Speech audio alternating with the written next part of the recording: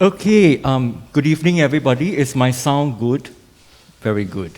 Okay, just to make sure I'm not too loud. Welcome, everyone. Thank you, Joanne, for the introduction and for the invitation. So when Joanne called me on the phone and said, hey, somebody gave me your name as a possible speaker to talk about the impact of Catholic education in Singapore. And in my mind was 169 years. No. I'm not a historian. I'm not a sociologist. That's really not my field. People here, I know some of you would know me as Mr. Pang. I taught in CJC, and then I went on to do my postgrad studies. And my training is in theology. And I'm a practical theologian. So what that means is I'm actually interested in finding out how do people live out faith in the everyday context. So my brain started working, and I thought, okay, why don't I put together a panel? It would be more exciting. And so I have two persons here who decided to join me. I didn't coerce them, they all said yes. Who decided to join me on this journey. Because my pitch to them said, can we have a conversation on how is Catholic education being experienced on the ground? And the changes that you are seeing, and what can we look forward to? I thought that would be a far more exciting way of entering into this topic than having somebody who presumes they know everything when I go and talk on and on about Catholic schools. So it's with my pleasure to have Mrs. Pauline Wong. Thank you. Mrs. Pauline Wong, right, has extensive experience as a school principal in Catholic schools. Okay, she was a school principal in Catholic schools for 18 years. She was, and now she's doing some other things still within education. Okay, and of course we need no introduction. Okay, Father Adrian Denker. Okay, when I asked him how he would like to be introduced, he said, it's okay lah, just a Catholic who happens to be a principal of a Catholic school.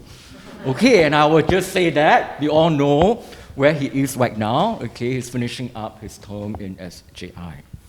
Okay, and both of them have actually been immediate past chairperson and vice chairperson of the Council of Catholic Schools Principal in the ACCS, which is the Archdiocesan Commission for Catholic Education, Catholic Schools, and they are also currently commissioners. So it has been, for me, a journey of learning a lot from them as I was preparing this. And tonight's session is not just going to be between the three of us. As we were thinking about this session, it's really set up to also engage everyone in a conversation on Catholic schools then and now. So are we ready? Alamak. Are we ready? Okay, all right. This is what I get in class all the time. It's like, okay, let's move on, okay? Let's cut through everything and move on. I would like to begin with a time of prayer to let us remember we are now and always in the holy presence of God.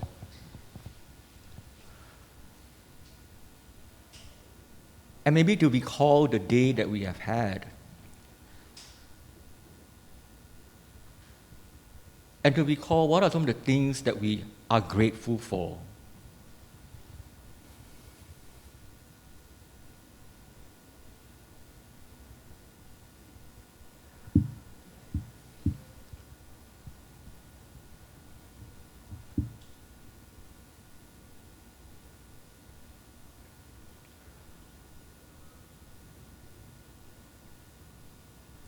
And also perhaps to reflect on what is it that is drawing you here for this particular session.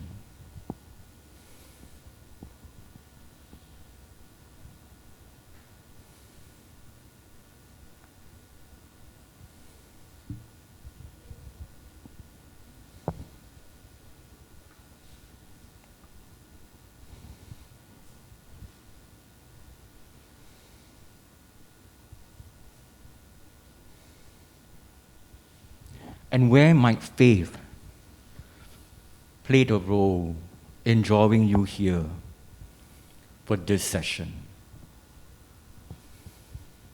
Where might faith have played a role in drawing us here for this session.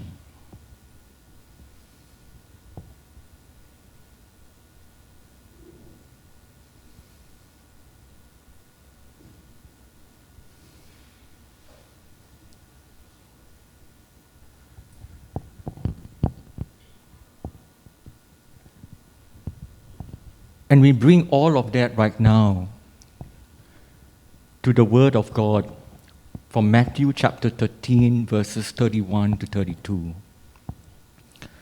Jesus put before them another parable. The kingdom of heaven is like a mustard seed that someone took and sowed in his field.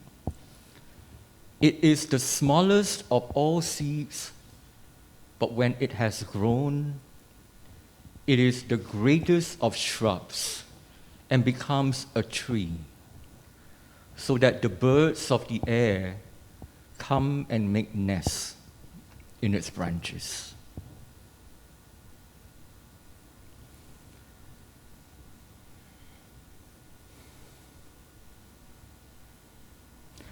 God of life, we thank you for your gift of faith to each one of us.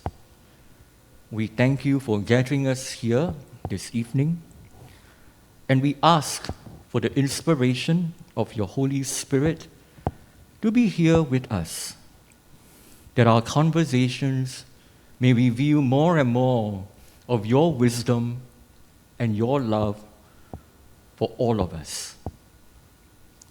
We make this prayer to Jesus Christ our Lord. Amen. Okay. So maybe before we actually go into the panel, I will just give a very, very quick, I wouldn't call it even an overview, but just the context, okay, of where we are in terms of Catholic education, just a historical background. I'm no historian, and a lot of it you can read the details, okay, either in the exhibition or on the website. Okay, but I got some posters from ACCS, and this was done in 2017. That's why it says 165 years of Catholic education. 165 with reference to 1852, when SJI was first formed. Okay, but today it will be 169 years. Okay, and next year is 170. Okay, and the history that typically people know is that when we think about the Catholic education system here, it goes back, okay, to Father Jean-Marie Burel, okay, who decided to bring in the sisters and the brothers and to set up, okay, the network of English medium Catholic schools. This is the history that we know, but actually before that, even before Father Burel, there have already been parish schools, okay, parish-based schools that were set up, but they were more ad hoc. So what happened after Father Burel was a more coordinated system, okay, and what he didn't know was how the Catholic school system, and particularly an English medium Catholic education school system, would develop from there to where we are today. All right? So where we are today is just a breakdown. I'm not sure if you're able to see that. Okay, is the schools founded by the different religious orders, okay, and also diocesan schools that we have. Okay, so that is the breakdown that we have. Okay, some of the schools are listed there. Okay, the religious orders, their founder, year of establishment, their first schools and schools under them. All right. So I think in total, if my math is correct, it's about what? 35. 35. If you count SJI International as 2 schools, it's 36. Thank you. Okay. Commissioners. I'm not. Okay? All right, well done. Okay. All right. Okay, it's a casual conversation. I wasn't trying to count, okay? But thank you for that. Okay, so this is basically the macro context. All right? I mean, we can hear all of these dates and figures, but what exactly goes on in these different settings then and now? Okay, and this is where we want to move into the panel discussion. Okay, and during the panel conversation, we will have 3 rounds of questions. Okay, so round one, I'll pose a question, and I will give you all time also to reflect on your response to those questions. And then I'll have the two panelists, okay, engage in a conversation with me as well. Then round two, round three, and then we will invite you to offer some responses. So that's how this evening would go. All right? Okay? Okay.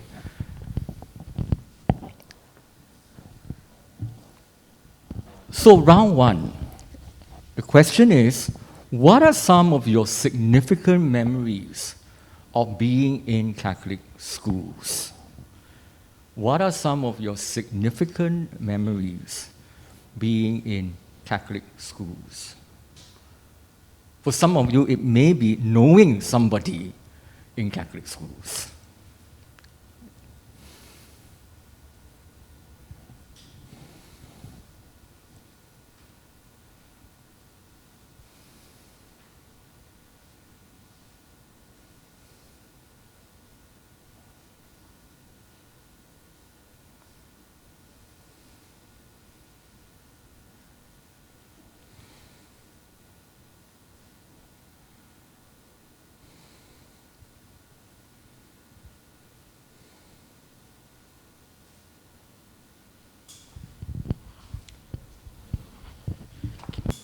We met, so we have roles to play.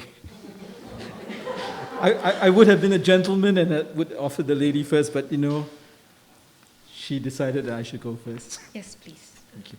A priest always serves at the behest of the people of God, as I often say. Okay, so my perspective of what, and we were talking about this earlier, for me, the memory that comes back, that's significant right now, and I'll share one in relation to where I am and when I was a student. I'm now packing up and leaving SGI, as you know, so I'm clearing my office. And part of the joy of clearing is not throwing everything away, but getting the opportunity to read cards and short messages and notes that my students and teachers have left me over 7.5 years in SGI. But there's a word that keeps coming up in all of them. Almost all of them had the same thing. The word was community. And I was very struck because it's a common theme. Thank you, Father, for the community we've created together. Thank you for a space where we could grow up, we could make mistakes, and we were still loved. Thank you for this space where the teachers and you have been able to recognize our gifts and allow us to grow. So the word community keeps coming up and again and again. And it made me think in preparing for this, it made me think about what's so significant about the memory of community for my students, my teachers, and myself. And I think what it says to me is simply this, that in a Catholic school, as much as we say to every student, you're good, you're academically able to get on, wherever you are in the school, you will move on to the next stage, that there's something more fundamental. And that fundamental understanding is that in the community, in a Catholic school, we treasure that space as a space for growing up, as a space of welcoming someone who is a gift and helping the person develop the gift. And offering back a gift to them. I think Adrian would probably have heard, right? I use that phrase a lot in SGI. Every kid, every teacher is a gift, but the gift has to be unpacked within a community, not just to give back, but for the community to give something that they can receive, and then together make a difference. And I've often thought about how school is holy ground, really holy ground, that something sacred is happening, that is often not the work of just the school leaders or the teachers or even student leaders. There's something of the mystery of God working in the day-to-day operations of the school. And that mystery really allows a certain, I think, a certain growth in a child, a growth in the teacher, a growth in the school principal even, right? To see things from a different perspective. And that's my lingering memory, particularly of the 7.5 years I've had in SGI. Because when I was a student in SGI Bras Basah, there was no community. There was class. And I forged relationships with my class or my friends from other classes. And that sense of being one school, one community at large, doing things together, was something I only encountered when I came back to be in SGI 7.5 years ago. But it's been a wonderful memory because it made me ask some fundamental questions. But why do we have Catholic education? And I think it's a gift. It's a gift of being welcome into a space where if one takes the risk, one finds something quite beautiful happening to them. But it's particular, I think, to Catholic schools in a way because we understand that the mission goes beyond the academics. And one of the things I realized that if you go to any Catholic school, there's a particular attention paid to the aesthetics of the place. It's just not, paintings on the wall, art exhibitions. There's something about the iconography, the religious objects, the use of gardens, the use of water features. All these are important because it creates a certain sanctuary. That's what the teachers asked us when we came back to Malcolm. Can we all create a sanctuary together? And I think for me, that's one of the enduring memories of SGI right now, reading all these cards, but also remembering that back here in Bras Basah Road, when I was growing up, didn't have it. And the question I ask myself is, what did I miss out? What could have been better if we had that back then, if we were a little bit more conscious of that in Catholic education? So that's my memory of it. Okay, Father talked about packing and finishing up what he's doing at SGI. 2 years ago, I was in the same situation. I was to leave that Catholic school that I helmed for 12 years. It was my second Catholic school. And you talk about community. You see, today I've got this ex-student here who is now an educator. I was never her principal. But when I needed temp help, she actually came back to run the front counter, to answer phone calls. Yeah. So now I've been in MOE HQ for 2 years.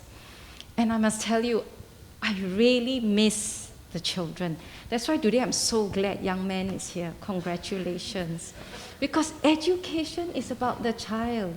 I keep telling my colleagues, how can I be doing education when I don't even see the face of the child that I serve? I tell you, my first school was a Catholic mission school, but it's mixed. The last 2 years, sitting in HQ or sitting at home, I really, really long for the sight, the sound, and even the smell of the students, to me, Catholic education in Catholic school is very much about the children. And what is special in my memory, because I was never, other than primary one, I wasn't in a Catholic school. And then when I became a teacher for 17 years, I was not in any mission school at all. So when I was made principal and I headed this school, there's this particular incident which I just felt so blessed that I was in a Catholic school. I was dealing with this boy, and he crosses the line every time. It's a secondary school, and the discipline master was always after him for good reasons. But people don't change overnight. How often can you cane a child? He's just not going to change overnight. And poor Madame Principal was just out of ideas. So I don't know how many more times. So when the discipline master was in my room, and he came to see me, and he came to tell me again. And what was I to do? And then I remembered that the school I took over, there were only 3 school values, and the first value was love, our calling. Now you tell me which school used this kind of words, love. But it says love, our calling. And then I just looked at the discipline master, and I told him, I don't know what else to do except to say that he's a child of God. And this is God's school. So can we just agree to love him all the same? And I think he just stared at me. I think he must be thinking, isn't she qualified to run the school or not? I don't know what went in his head. But he actually softened, and he didn't push me too much. We kept this boy on our radar, but he was not of the Christian or Catholic faith. But I think, he just accepted the fact that, this is God's school, and we will love this child all the same. So So what I felt is so special about our Catholic schools is that, we always say, we provide an education, a student-centric education, values-driven education. But who is the student? Who is the child? The privilege of the Catholic school is, we will tell you, this one's a child of God. He's made in the image and likeness of God. And it affects how we relate with the child. So when I came over to my second Catholic school, I tell the same story. And then lo and behold, one day outside my office was a mid-career young man. He said, Mrs. Wong, so does that mean we cannot scold the kids, we cannot scold the girls? I was busy and I just said, well, I mean, we can. We are in this business, we can. It's just that when we scold, when we discipline, my short answer is, don't lose your dignity, yeah? But remember the dignity of the child and don't take away his dignity as well. And this young man is also not of the Catholic faith. But when the IJ school celebrated our, what did we celebrate in 2019? Our anniversary, he was chosen, he was not of the faith, and he told this story. He talks about the dignity of the child and what the Catholic ethos means to him. So I think we have that distinctive quality which we're all blessed with, and that's why Catholic education is indeed a gift. Yeah. Thank you. What I'm also hearing from both of you is the point that the Catholic ethos, the outlook of the child, not as just somebody who will perform academically well, okay, but the whole child. The whole child as relational, as gift. And each child is unique, and not simply that, each child as God's child, who is a reflection of who I am and who we are as God's children, and how that shapes the way we relate to each student. And that's tied to the idea of community, because the community is called forth and formed around the child. The child who shares the dignity that all of us share in the image and likeness of God calls us to grow as a community together. And that's where the communal dimension of Catholic education is so significant and so important. Sometimes it feels like, okay, these are pretty straightforward things, we all know it, but I would say sometimes the most simple things are the things that we need to remind ourselves of, and they are not simple at all. Because if we truly take seriously what Pauline has shared, that each child is God's child, and there's an intrinsic dignity that we need to respect that is tied to our own dignity as human beings. How will that influence our every decision on how we teach, how we correct the child, the manner in which we speak, the manner in which we don't speak, and the manner in which we relate? So thank you for highlighting that. That the important dimension, there's a distinctiveness, there's a distinctive way in which we educate in Catholic education. Right? Do you want to add some more points? I want to add, because I think it's also about how we position our schools, how we articulate our schools. I think every school in Singapore would say we are child-centric, right, values-driven. But I think the opportunity, the gift given to those of us who work in Catholic schools and the parents who come and even the children is that we can articulate it in a very specific way. We articulate it in gospel with gospel values. We talk about the person of Jesus. We can actually talk about vocation, right? I often tell my teachers, of whatever faith you are not here because MOE posted you here. You're here because there's a God who had a plan for you to be here at this point in this time in history. And because we are able to articulate it, it allows the school to have a certain narrative, a certain language, which, in fact, I think sets us apart. The challenge is how many of us in Catholic education would want to speak the language or say, yes, this is it, and be truthful to it. So one of the things I have found in my time in SGI is with my teachers making a commitment to saying, yes, we have direct staff, we have contract staff, we have MOE seconded staff. We are in this school called SGI with Lasallian values. Our kids talk about being men and women for others. They talk about brotherhood. They talk about integrity. But until we, the teachers, buy in and speak the same lingo, it doesn't resonate.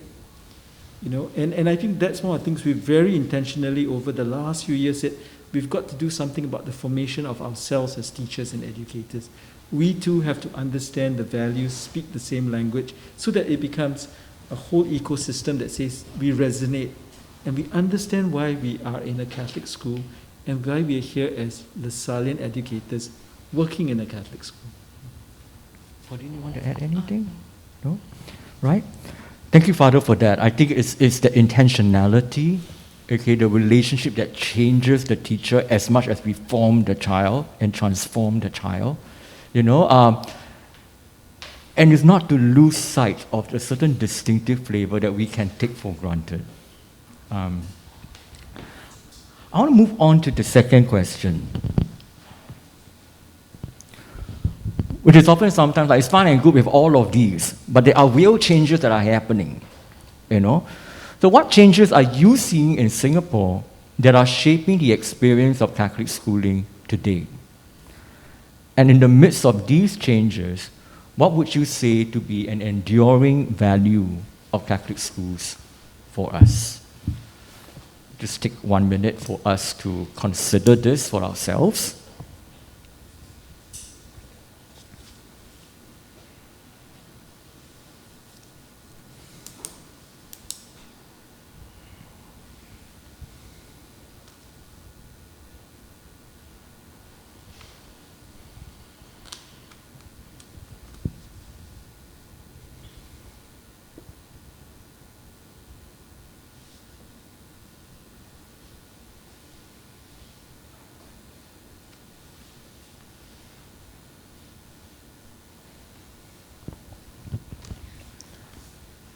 These are not easy questions. Yes, Yeah. Pauline.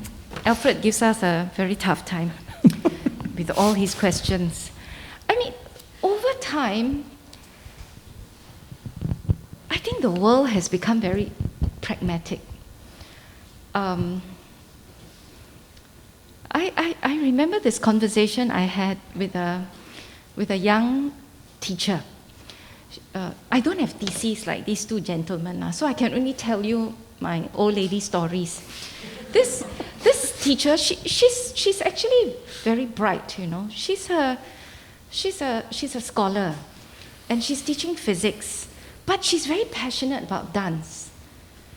So I can give her a dance CCA, I can groom her, to run my aesthetics department, and she's on track to move fast. But for her, the dance, her passion is about dance, and the heart yearns to do more in dancing. I think her charism or her gift is in dancing.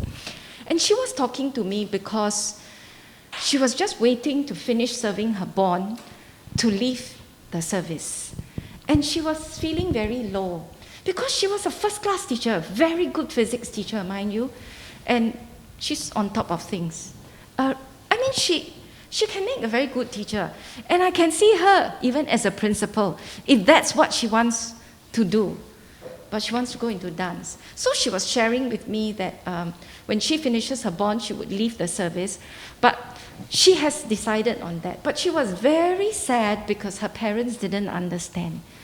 Technically, this is what I'm saying about how the world has become so pragmatic. Girl, your salary is so good, MOE is paying you good money. You will move on fast. Why do you want to go into dance? Correct or not? So to me, she was telling me that she didn't feel very understood and validated by her parents. Here's my teacher. But we have always, told our students that as a child of God, you have a vocation. God is calling you to a certain vocation. And in my heart of hearts, I just know that this young lady in front of me, bright and promising as she is, her heart yearns to go into the dance industry. It's not in education. She will never feel fulfilled That's my sense, you see. So I didn't like, or Miss so-and-so, you should stay on, such a stable career, and you will move on. Because I think we are all called for something. So sometimes, you come back to, yes, we all provide a student-centric, values-driven education. Whose values? What values? Look at this kind of pragmatic world. We have, when we told off a class, say you get your test first, and the next class tomorrow is going to sit for the same test, so can you please don't reveal the question lah. My poor teachers can't be always setting different test papers, right? But of course somebody licked out the question. So the teacher had a conversation with the culprit. The girl went home and told the father. The father calls the school and say, what's wrong? If the bank leaves its door open, it jolly well gets robbed. So if you all are not going to change, then what's wrong with my daughter leaking out the question? You see, so the values is not about common good. It's not about being other-centered. It's just this world. It's all about me. I have two sons who were from SJI, and we always talk about men of integrity and men for others. I use it to good effect when I have to do discipline at home. Now I hand you over to Father to say more about that. I would just say in a situation like that, our boys will often say, yeah, of course we do that because we're meant for others, we're caring for my brother. But of course it's the pragmatism. Yeah, but I think what you're saying, Pauline, is very important because there's something for me that's always about the mystery of how Catholic education has been given to us. And it's a gift. But it's a gift to be prophetic. I often marvel that Catholic education is actually a few steps ahead of MOE, MOE talks about values. We've always had that for the longest time. MOE talks about blunting the system, blunting success now, right? So PSLE score goes away to ALs, right? Achievement levels by range. We talk about many pathways to success, which the system of Catholic schools often had. Right? If you look at Catholic education as a range of schools, we serve the very brightest, we serve the middle, we serve those who are challenged but will get there, but we do a range. It's never individual schools, it's the range of the Catholic schools. And I wonder whether one way to think about the enduring value of Catholic schools is that it's prophetic. Prophetic not in the sense of we're waiting for something to come in the future, but prophetic because the work of God is already going on here and now. And that work of God is challenging us to be better and to be more responsive, and even with the pragmatism of today's world, to go back to some of the things that we have been doing and perhaps to be honest and say, well, we need to do it better, or maybe we were a bit too meek before, and now we need to be a bit more bold to say this is what defines us as a school. And I keep thinking about this thing about somehow we are a little bit ahead. My VPs often laugh at me. It was like, hey, Father, MOE's new policy, actually we have already done it.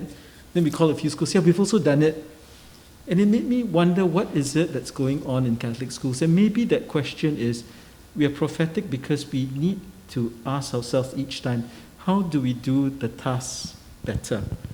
Because part of Catholic education is not resting on our laurels. It's always asking ourselves, in the face of change, how do we update this thing called Catholic education and make it relevant?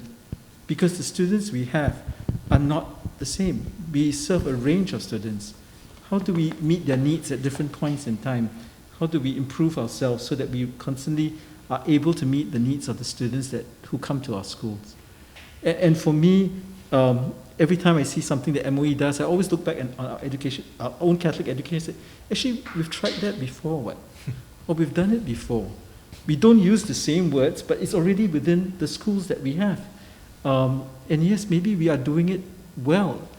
I often wonder how much MOE looks at Catholic schools and then says, I like that. Can I take it? And then I will craft it in some other way. But it comes from the Catholic schools. I think of pastoral care, for example, right? I think for some of our Catholic schools, from the very beginning, pastoral care has always been at the heart. So we devote attention, we give time and resources by having 2 teachers per class. well before MOE started, or having year heads well before MOE started, because we understood the value of the child before us as gift, as someone who is made in the image and likeness of God. And therefore the responsibility for us is to care. But we kind of did it before MOE's time, right? So what is that enduring quality we bring in Catholic education? I think it's being prophetic, it's being responsive. But the challenge now is, I think, for us is not to be shy about it, and to say this is what we have, and it's good. It's really, really very good. I would also add on to that, it's not only the MOE way, the Singapore education system, so-called in the secular world, but even in the larger world of education, there's a lot of talk today about wholeness, holistic education, right? My student there who's a teacher right now will agree. There's a whole lot of talk, student-centric, all these words, and the fear, okay, the concern is that all these words become buzzwords. What do they exactly mean? But what I find interesting is that in the move of the wider world of education to recover these notions of wholeness, holistic, relationality, they are all strands that can be found in the Catholic tradition. That is the grounding that offers the wisdom that informs how we do what we do.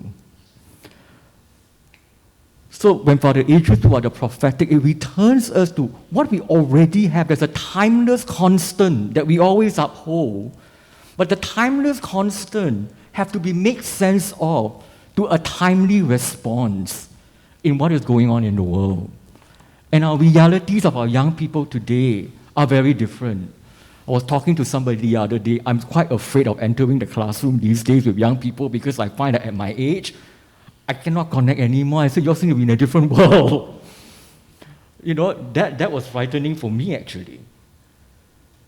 The realities are different, but with the different reality, there's still a timeless constant to say, in that reality, there's a giftedness of the person that we want this person to be able to see, and it's the task of us as educators in Catholic schools to nurture.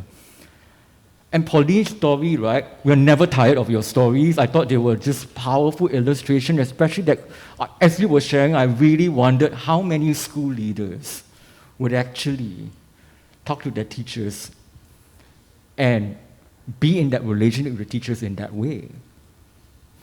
And how many teachers would actually come to a school leader to talk about this.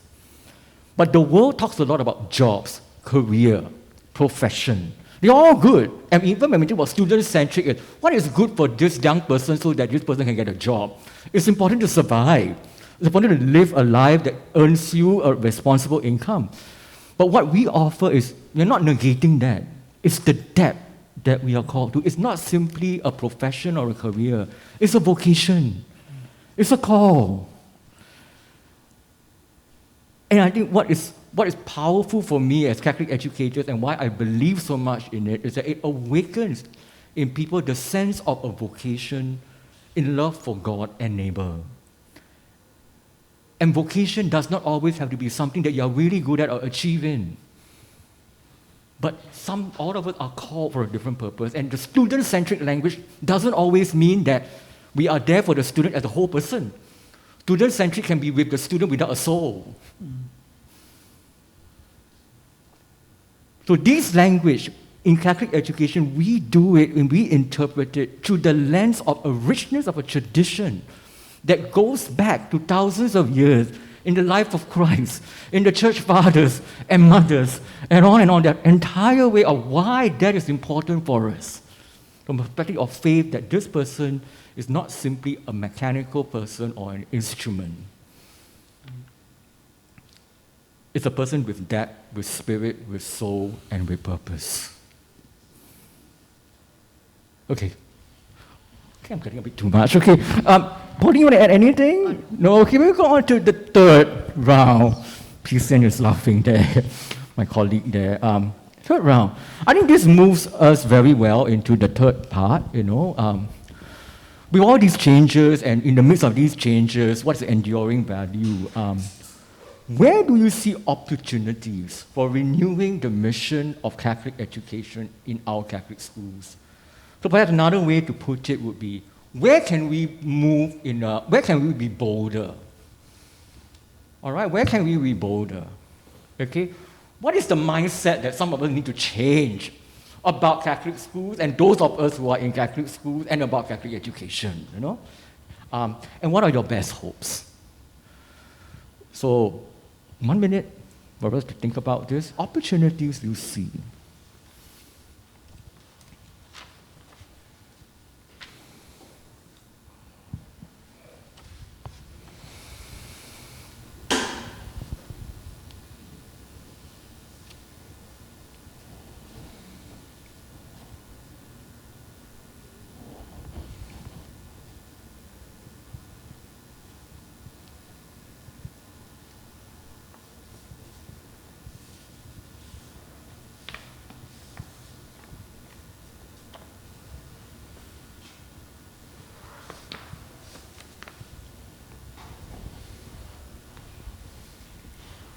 How about you?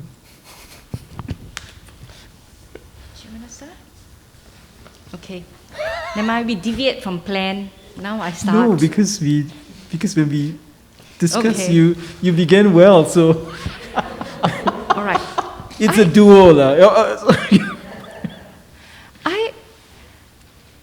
I don't think I'll be who I am today if MOE didn't do me a favor of posting me to these 2 Catholic schools. Yeah, because I think sometimes in life you can become the environment. Sometimes when you're in that same place and then with people living the same kind of values, you might slowly and unconsciously or subconsciously become the environment. I really thoroughly enjoyed myself, but when I was helming these 2 schools, and if you ask me today, of course we are always told that all schools are secular. And I said, but if you look at my IJ school mission, it talks about being Christ-centered. It talks about the promotion of love, truth, justice, and freedom with special reference to the disadvantaged. The mission is not really circular. So if you give the school a curriculum, I will say, yes, your curriculum is secular. But how we deliver the curriculum, it's just like how we discipline in a Catholic school, we can be different. And I feel that our 36 schools should just be a lot more confident about this, because I, as the school leader, cannot go and change the mission. I must align and be true to the charisms of the founder. And the charisms of the founder, where did our founders get their charism from? If not from the teacher himself, Jesus. So, Father, you remember your quote now? I write down for you. Yes, I do. Oh, okay, so I let you say lah. Okay. That's the best part about working together. So we were discussing this point, and we think it's important. You know, I think because, yes, the curriculum, the way we are supposed to be schooled is framed by MOE policies. But as Catholic schools, there's something distinctive, as you rightly pointed out. It's in terms of how we deliver the education. It's in terms of how we care for the students and even the teachers. And I think that word that, Pauline was inviting us to think was about accompaniment, right? And that accompaniment is very particular. I often think about accompaniment that the founders had with the girls, Magdalene of Canossa, for example, with the kids up there, the women who were at the margins, LaSalle with the poor kids, right? When Haising was started, it was with the Chinese educated women out there in Serangoon, Hougang, right? And even if you think about us in Singapore, right, would we have a Catholic church if we didn't have Catholic schools? Because the Catholic schools went out to all the peripheries, and because of what they did, the accompaniment, not so much the teaching was important because we all agree we have to get our kids to the next level, but it's the accompaniment, it's the care, it's the concern, it's the belief that everyone can make a difference. That even if you make a mistake, you're still a child of God because you don't get second chance. You get more than second chances, right? We believe that. But I think that accompaniment is important because it leads us eventually to the person of Jesus who accompanies the disciples again and again and again. And therefore, everybody has room at the table. I mean, that was the quote that... Your special quote reads, we serve a whole range of students. Yeah. In Singapore, we have 36 schools. If, like I said, SGI International, you count the elementary as one school and the high school. We've got a special education school, the Canossian school, right? I think we serve a whole range of students all over the island of Singapore. So Father's brilliant quote reads, every child has a place at the teacher's table. It's not about chiong, see how many 45 pointers, how many, the primary school now, 4. LA, 4 points. I don't think our founders meant for our schools to do that. Yeah. So the key word is really about, in the Catholic schools, it's a community. We accompany each other with each other. Our teachers, in respecting the dignity of the child, they don't do things to the child. They do it with the child. Yeah. Not giving you a lesson on preposition, but I'm just so happy you're here, okay? Yeah. Don't have any nightmare of me. Actually, I'm quite a kind person, okay? Yeah. I'm just so happy there's a child here in the audience. I just cannot get over it. One of the things we talked about too, and maybe this is the part I wanted to bring up, was because Alfred asked opportunity, right? The first thing that came to mind was this. Here we are at Catholic200SG, looking back over 200 years of church in Singapore. Catholic education is 169 years. We're short by about 30 years. But when you go back to the founders that began the schools, it was not the way we think of schools in Singapore. They did not say, we're here to educate the smartest, the ablest, the ones who are going to be successful future politicians, CEOs, entrepreneurs. They were just saying, they're kids. And these kids need an education, and we open it to everybody, regardless of Catholic faith or not. Come. Right? I think one of the things that I love most about being in a Lasallian school is that we're not 100% Catholic. We're not 100% Catholic. We are a mix of everybody. SGI has kids from 110 primary schools. The majority are not Catholics. And as much as some old boys say, oh, it's terrible, I say, go back to the mission. When we began, that was how we began. And I often tell them, you're not that far away from me in age. You had a chance to come. You were given an opportunity. But the point that I'm making is this, that at Catholic200SG, perhaps we need to be bold and have a new mindset. The grace of this occasion is not to go back and say, only this is how we began and how they grow. And not only, I think we Catholics have to blame ourselves. We're not good enough. Catholic schools are not good enough. They're not like RI. They're not like this college, that college. But we forget. We forget what endures in Catholic education. That it's the gift of a child, and the gift of a teacher, and the gift of accompaniment. I've often shared to my students, you are here to become a saint. You're here to become a saint. And that's far more important than your 45 points. Because that endures and that gives meaning to the world, not to yourself.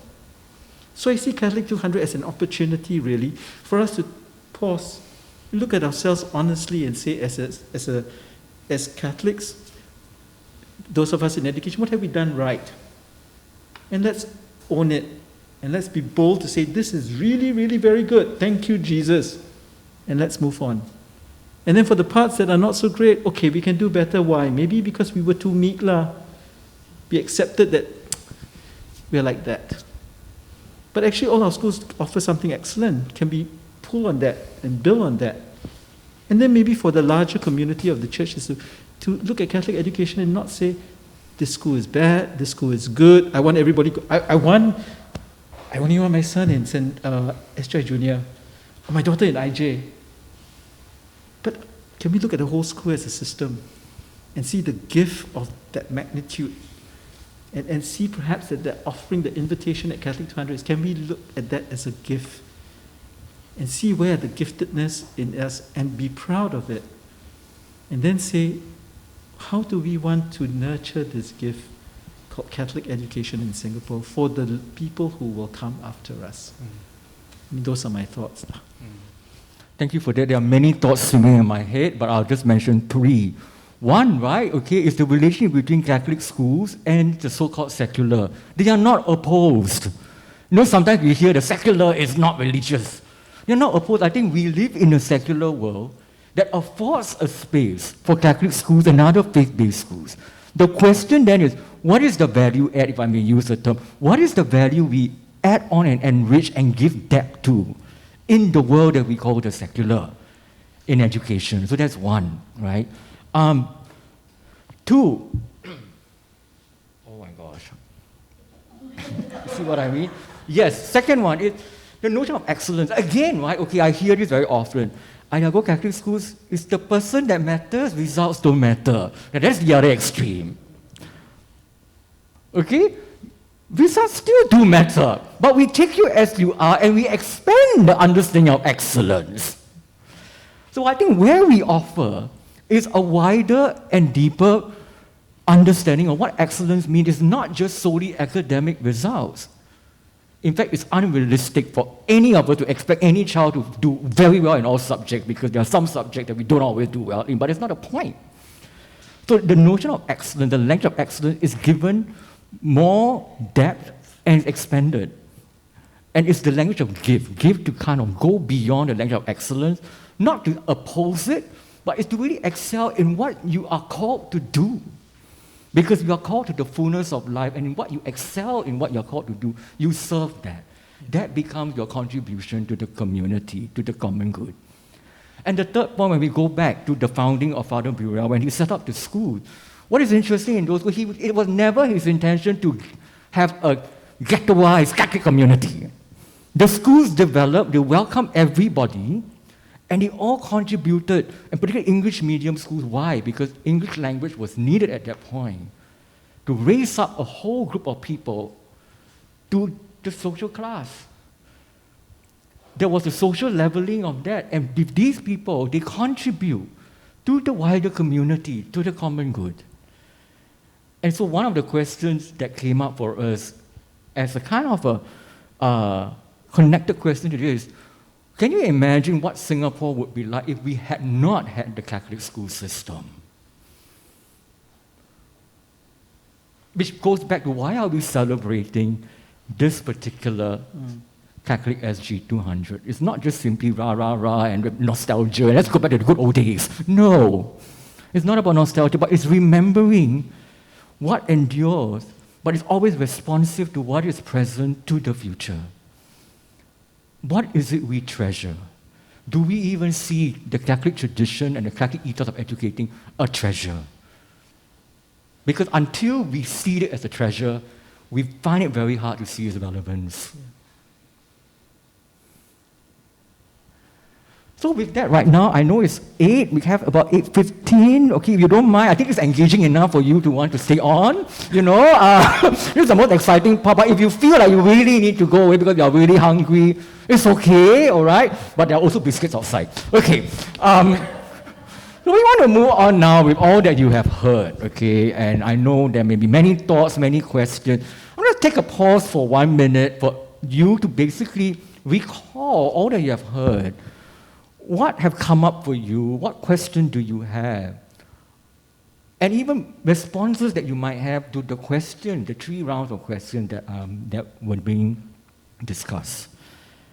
Let's just take that 1 minute just for your own processing, and then we'll open it up for your response and to have this conversation that goes this way. Okay? No one is excluded, the young one also included. Okay? You can say something.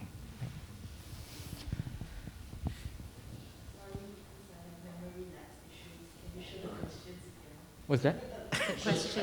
Oh, the questions again. Okay, I will do silent slides.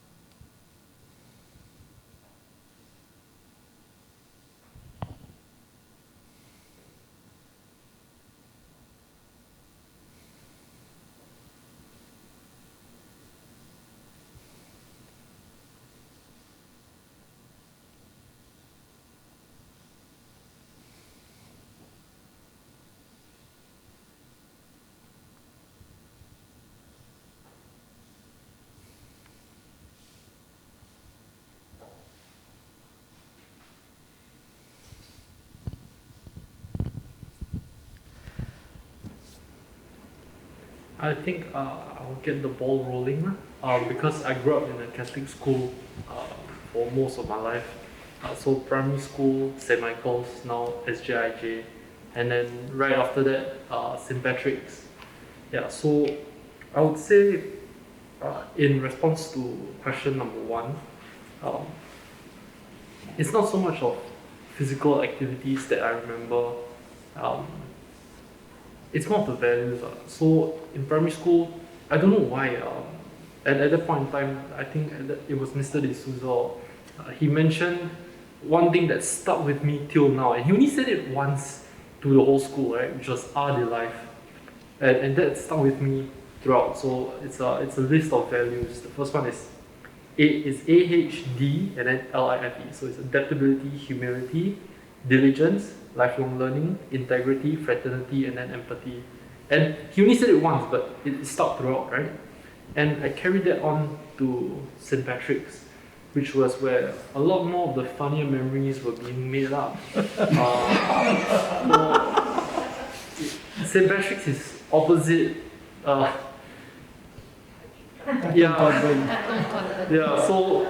that was, as someone who grew up in all-boys school, that's my first introduction to the opposite gender, and it was quite funny to see my friends try to communicate with something they've never seen before. Across the bridge. But St. Patrick's was where I noticed there was something really interesting going on, and it's that the teachers there and the brothers that are there, they didn't see us as kids, right? Because teenagers are weird years. If you know you're a kid, you'll come to find this. They didn't treat us like kids, but they also didn't treat us like adults. They knew that we were on the path to becoming adults, right? And the teachers noticed it. They knew that we were on a journey there. So as best as they could, they would incorporate the school values into their teaching and into disciplining us. They knew that we were going through this funny phase. And I feel that while they might not 100% understand us as teenagers, because teenagers are scary and they're complicated and all that, but following the school's values, the school's mission and all that, I would say Catholic schools are really one of a kind and special and different from other schools. Not in a how I'm better than you kind of way, but in a we are all different and we can see that kind of way. So I'd say my experience having grown up in a Catholic school is something I would cherish. Yeah. Thank you so much. Thank you so much for sharing that. What I'm hearing from you is a sense of quality of presence that you experience from those in your community, right? And it's not so much what you learn about the subject, it's the memories of what that felt like and how that has changed you. It's not just values that were spoken, right? But how it was lived and how it was felt. So thank you for that. Thank you for the 10 minutes reminder. Yes. Yeah, thanks for sharing all your thoughts. Thank you for inviting me. Good to see you again, Father Tanker. Every time I see you, I feel the need to apologize for whatever havoc my son raised in school. Michael sends his regards. Say hi to Michael too. I wanted to pose a question which is more future-oriented. We know that some bad stuff has happened in recent times, River Valley and so forth. I recently had a conversation with a teacher who made a very stark point that while many more girls attempt suicide, more boys succeed. And of course, this is it's hard to explain how these things happen. I think we point to stresses in schools, in society. The stakes are higher these days. We seem to have fewer hours to get all this stuff done. And I wonder what thoughts you might have as to how to navigate this world where the pace is quickening, the stakes are higher, pressures are mounting, anxieties and uncertainties are more and more profound. And I speak as a father of 3 sons. Some thoughts. I think the sense of belonging is very important, and that idea of community must be always at the heart of how we help a student in a Catholic school, or for that matter in any school, right? Because when you have a sense of belonging and you have a sense of purpose in that community, managing the stress levels gets a little bit easier, because I'm not alone. I know I have someone to turn to. But more importantly is that I have someone who will keep an eye on me, someone who will look out for me. So I think one of the things that is important is how does a school, Catholic or otherwise, build that community, right? I think when that's put aside and we focus on the grades, on the academics, and we forget that a kid, even us, right, we need to belong, we need to be connected. So the intentionality, I think, and the challenge going forward, and you're right, because things have happened, stress levels have gone up all across the island. I think that the challenge for those of us in schools, leading schools, working with our kids, is can we make a commitment with great intentionality to build community? And it can take different forms. It can be the narratives that we say, right? What messages do we give? So for example, in SGI, we never tell the kids, this is what we expect of you or the graduating class at the end of the year.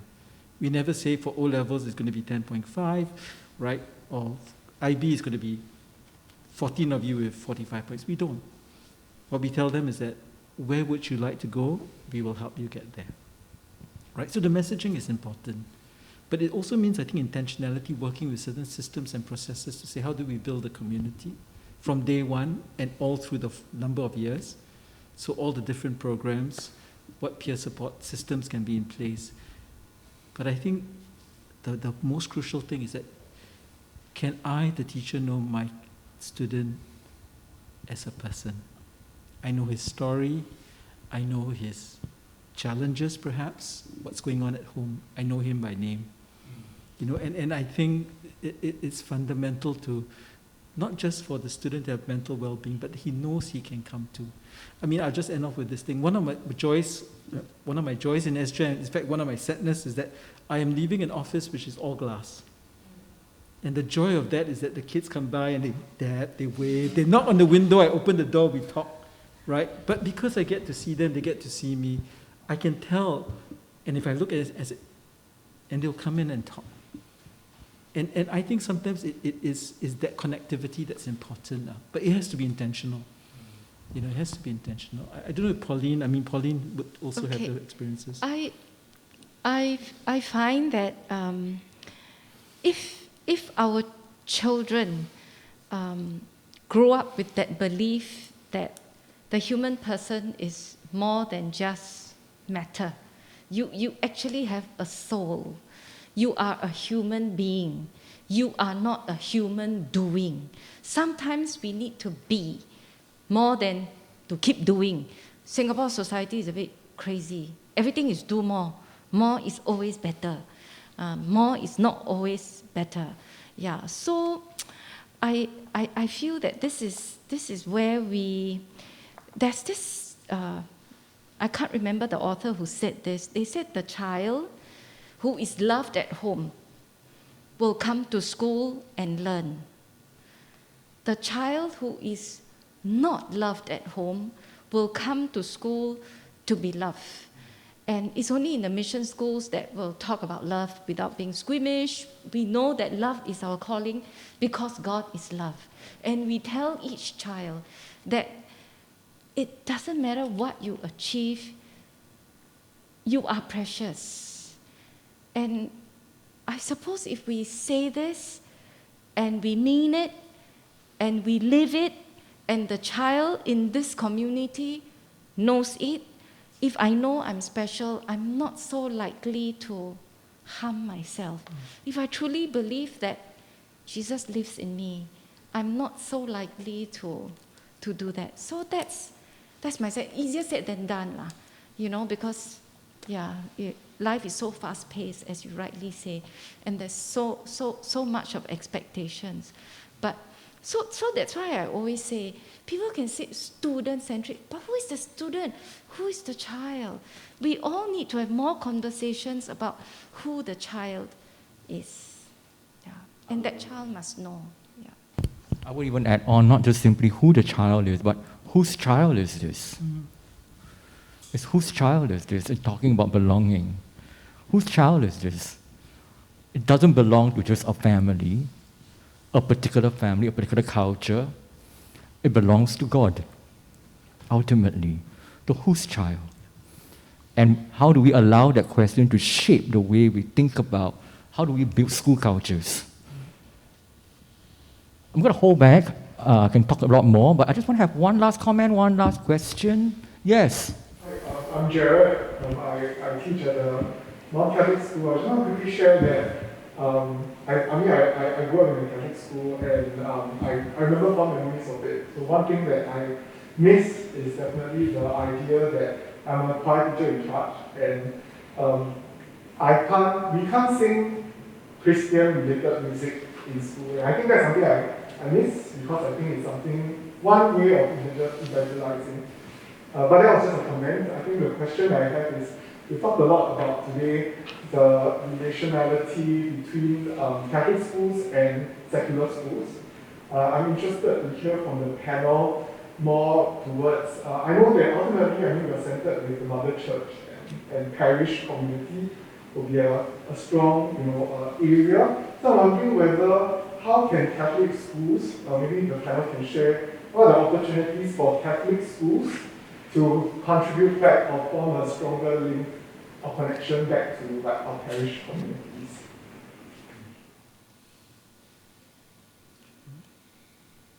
My short answer was just now when we were discussing. Can you imagine today we are celebrating Catholic200SG, and in Singapore we never had Catholic schools. It would be so different, right? Yeah. So actually Catholic schools is actually a fundamental part of the church, whether you use small c or big C. And that's why my short answer is actually there must be a stronger nexus between schools and church. Now the difficult part. My short answer is, it takes two to clap. I think as much as the schools may want to reach out, I think our churches and our priests need to understand that Catholic schools are part of the larger Catholic community. I think sometimes it's this, we're here and you're there, but actually we can all think of ourselves as one people of God. Then it's easier to make the connections, right? So I think it's mindset shift, although I think some schools have begun making those connections and reaching out, and some parishes have also done the same, but we can do a lot more. Thanks. As I hear you, there's a deeper question there. I think the connection is, how do we relate both, right, in God's wider mission through the church? It's not just the church's mission. It's God's mission that has a church that can work with schools, Catholic schools, but Catholic schools are also more. Okay, I got the time thing now. It's time for me just to sum up things. Thank you, everyone. I believe it has been a very rich conversation. People are looking at me outside. Okay, I will finish. Okay, but just a key point. Okay, Catholic education as a gift. Okay, really that's the landing point that we want to come to, and give at many levels. First is recognizing the child who comes as God's gift to each one of us. And is to really recognize that in each child is God's kingdom coming to us. All right? And the task of Catholic education is God's call to us that we experience as a gift to nurture children in the context of community that calls us to be more and calls us to build this kingdom of God. And this brings us back really to the scriptural passage at the beginning, the mustard seed. The mustard seed that became the kingdom of God. This mustard seed, right? The sower is not us. The sower is God. But those of us who are called to education and in Catholic schools are tasked to nurture that and create that space for that seed to grow. And so with this, I thank you all for your participation, and we ask for your continued prayers for the growth and flourishing of Catholic education from now and beyond. Thank you.